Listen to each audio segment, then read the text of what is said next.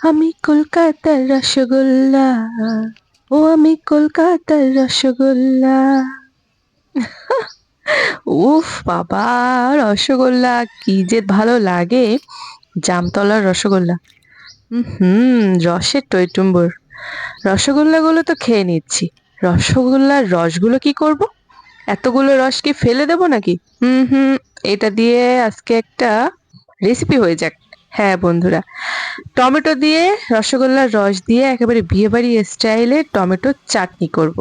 নমস্কার বন্ধুরা, তনুর রান্নাঘরে আপনাদের সবাইকে স্বাগত জানিয়ে শুরু করছি আজকের ভিডিও। দেখতেই পাচ্ছেন পাকা পাকা লাল লাল টমেটো নিয়েই আমি বসে পড়েছি, আর প্রথমেই তো দেখিয়ে দিলাম রসে ভেজা রসগোল্লা। বন্ধুরা, আজকে এই পাকা পাকা টমেটো দিয়ে চাটনি বানাবো। আর রসগোল্লার রস দিয়ে চাটনিটা বানালে চাটনিটাও একেবারে রসগোল্লা রসগোল্লা খেতে লাগবে। আপনারা অনেকে রসগোল্লা খেয়ে রসটা ফেলে দেন, কিন্তু আজ আমি সেই রসটা দিয়ে চাটনি বানিয়ে আপনাদেরকে দেখাবো। এটা খেতে মানে দুপুরে বা রাতে ভাতের শেষ পাতে এক চামচ পড়লে না জানটা একেবারে জুড়িয়ে যাবে। আর শীতের সিজনে, টমেটোর সিজনে একটু টমেটোর চাটনি না খেলে কি হয়? আসেন আমি কিভাবে বাড়িতে টমেটোর চাটনিটা বানাই আজ আপনাদের সাথে শেয়ার করি। শিখিয়ে চলে আসেন, ভিডিওটা সম্পূর্ণ দেখে নিন। বাড়িতে যদি ভালো লাগে কখনো একদিন বানাবেন, আর তারপর কেমন হচ্ছে আমাকে অবশ্যই বলবেন। তার জন্য টমেটোগুলো আমি ছোট্ট ছোট্ট করে কেটে নিচ্ছে। এই যে দেখেন, টমেটো কাটা আমার কাছে খুব ঝামেলা লাগে জানেন তো। এক পদ্মে চাপ দেয় আর একদিক দিয়ে রস বেরিয়ে যায়, আর কি যে অস্বস্তি লাগে। কিন্তু টমেটো খেতে আমার খুব ভালো লাগে।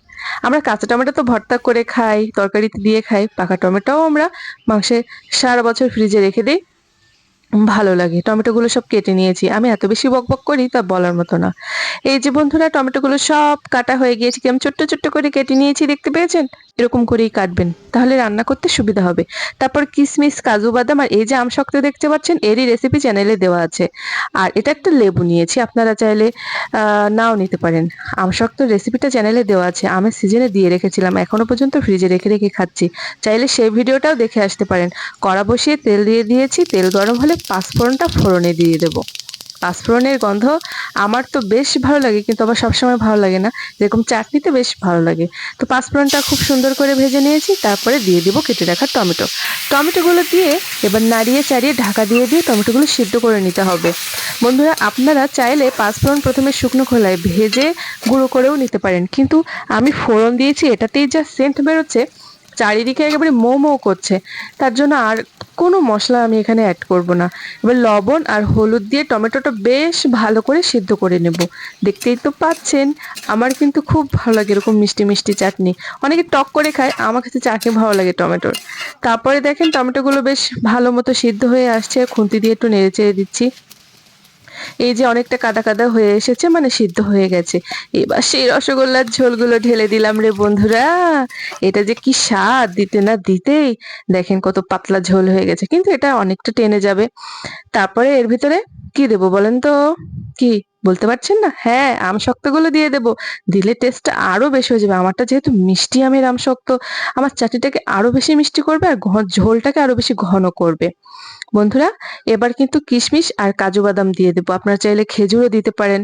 তো আমার কাছে ছিল, কিন্তু আমার না উঠতে খুব কষ্ট হচ্ছে, আবার ঘরে যাব আনবো, তাই জন্য আর গেলাম না। আর হয়ে গেল কিন্তু আমার চাটনিটা, জাল দিয়ে আরো একটু ঘন করে নামিয়ে নিলাম, আর হয়ে গেছে আমার রসগোল্লার ঝোল দিয়ে টমেটো চাটনি।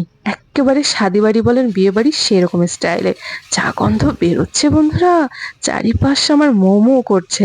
জানি না আজকের ভিডিও আপনাদের কেমন লাগবে, আবার হাসতেও পারেন, বৌদির কি রে বাবা, রসগোল্লার ঝোলটাও ফেলে না।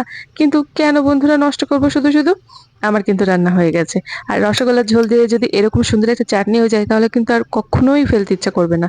তো আমার তো রেসিপি হয়ে গেছে। যদি আমার আজকের রেসিপির কোনো অংশ যদি আপনাদের ভালো লেগে থাকে, তাহলে অবশ্যই আমার চ্যানেলটি সাবস্ক্রাইব করে আমার পাশে থাকবেন, লাইক কমেন্ট শেয়ার করে ভিডিওটি সবার মাঝে ছড়িয়ে দেবেন, যেন কেউ আর রসগোল্লার ঝোল না ফেলে দেয়। আর দেশ এবং দেশের বাইরে থেকে যারা আজকের ভিডিওটা সম্পূর্ণ দেখলেন, তাদের জন্য অনেক অনেক ভালোবাসা, এবং এভাবেই আমাকে সাপোর্ট করবেন। আপনাদের কাছে একটাই চাওয়া, আর কিচ্ছু চাই না। তো বন্ধুরা, আজকের মতো আমি বিদায় নিয়ে নিচ্ছি। দেখা হবে নতুন রেসিপিতে, ততদিন পর্যন্ত তনুর রান্নাঘরটা ভালো করে দেখতে থাকুন।